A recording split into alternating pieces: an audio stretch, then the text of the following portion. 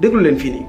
Sonko maa lay wax dëgg tey sénégalais yi bari jàppalewuñ la bëgguñu la ku ma ci bëggul wala kuy saagaal ba suba waaye 2020 ba tey maa ngi wax kenn mësuma vaar sama wax dana metti lool nag waaye du ngeen vaar de donc ñu ñëw indi Diomaye ak Sonko maintenant problème bi yegsi mu nekk problème mu système problème mu analyse mooy problème mu interprétation aussi Diomaye ak Sonko c'est la République et l'État.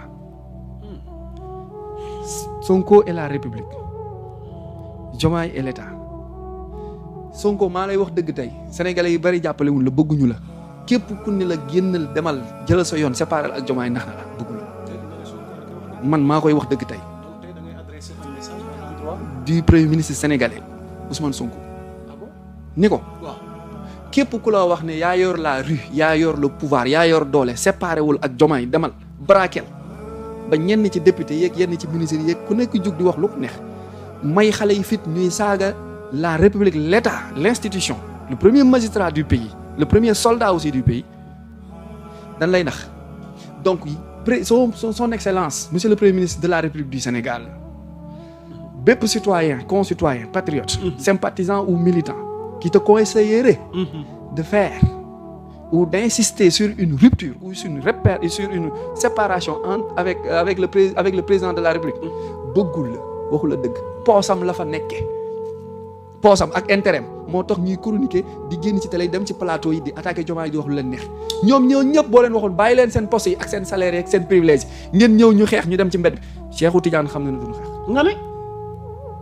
amul kenn ku ciy bàyyi ci privilège bi ne privilège lañ toppee Ousmane Sonko dañuy dundee projet bi dundaluñu ko di dundee Sonko dundaluñu ko parce que dundal Sonko mooy nga ne ko damal nga rangé wu ak Diomaye parce que yéen du ngeen ñaar benn ngeen Sonko ak Diomaye ñooy ànd yéeg ñooy ànd wàcc ku gëmloo ni Sonko boo séparé Diomaye dem yow kase di nga falu da nga koy nax pièce la pile ak face yàllaay defee noonu jamono ñu ñëwandoo mi ngi mel ni tey Abdou Diouf ak Elisabeth wala Senghor ak Colette wala Ablaye Wade ak Viviane wala Macky ak Marème fii Diomaye Sonko la ñuy wax seeni jabar sax xamuñu leen bañ ne ko ba kenn ku ne ñaari jabar nga am séddoo bi day impair donc ñoom ñaar ñooy duo buñ koy wax dëgg mooy couple quand on parle de couple on parle de Sonko Diomaye séparation divorce la rupture la seen xuloo bi sax dafa jàpp dëkk bi ba dëkk bi mel ni lu nekk ci dëj semaine passée ba Brésil dóor Sénégal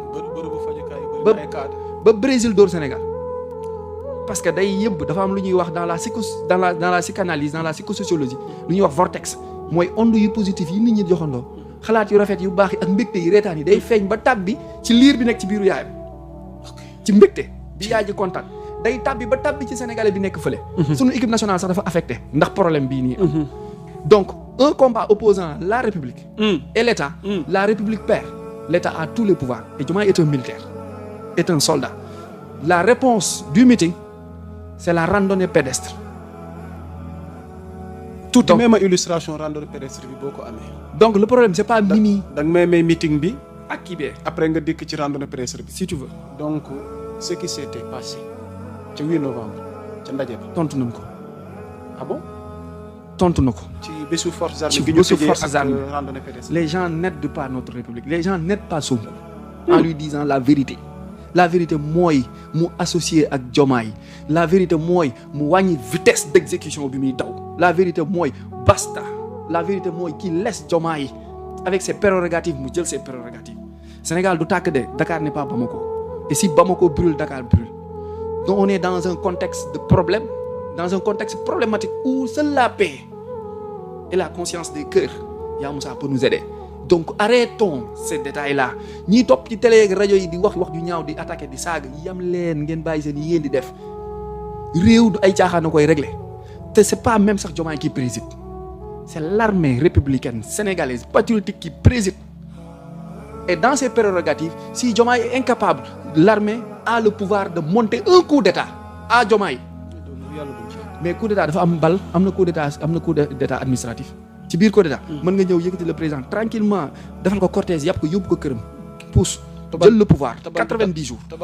bal du tàkk jël le pouvoir 92 jours tas parti politique yëpp ñi fi doon lépp yëpp militaires yi régler leen après organiser des élections libres rendre que le civil moom yàlla buñ faale On est dans une troisième guerre mondiale. On est dans une guerre mondiale. On vit une guerre mondiale depuis 2016. Cette guerre est une guerre informationnelle. C'est une guerre où l'armée, où les militaires seuls sont aptes de gérer ça. Parce que nous avons le renseignement. Ce n'est pas le civil.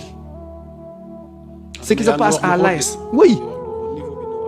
Ce n'est pas les civils, Ya Moussa. Ce n'est pas les civils qui peuvent régler le problème. Que nous sommes en train de vivre en Afrique de l'Ouest, entre AES, CEDEAO, Union européenne. Ce qu'Afrique veut gagner, il faut que le tiers des pays africains soient dirigés par des militaires. The military is the only way. Le seul chemin qui peut sauver l'Afrique est le chemin militaire. Diomaye est conscient de cela. Donc, le renseignement bu jugee ministère de l'Intérieur, motard, yàpp def ko ci enveloppe, def vum, jubali palais, kenn du ko téye. Bu duggee palais secrétariat wu présidence direct la jëm. Secrétariat wu présidence bee kay xool remettre ko président de la République. Donc le ministre de l'Intérieur, il est censé informer mook le secrétaire de la présidence. moo taxoon problème mu 44 ba Youssou Ndour wayoon Idrissa Seck bëggoon organiser défilé ba Thiès. am na lu ñu fa wundoon. ak lu ñu fa junjoon. ak lu ñu jàppoon ni war naa mën a xew. ba ñu Abdoulaye Wade bul teg sa tànk Thiès boo ko defee dootoo ko defati. coup d'état booboo fal Macky Sall. parce que Macky boobu mi ngi nekkoon hydraulique moo intercepté appel bi dégg li Idrissa Seck di manigancé mu transmettre l'information à Wade.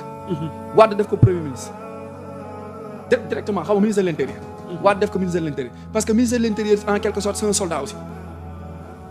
Il reçoit les informations.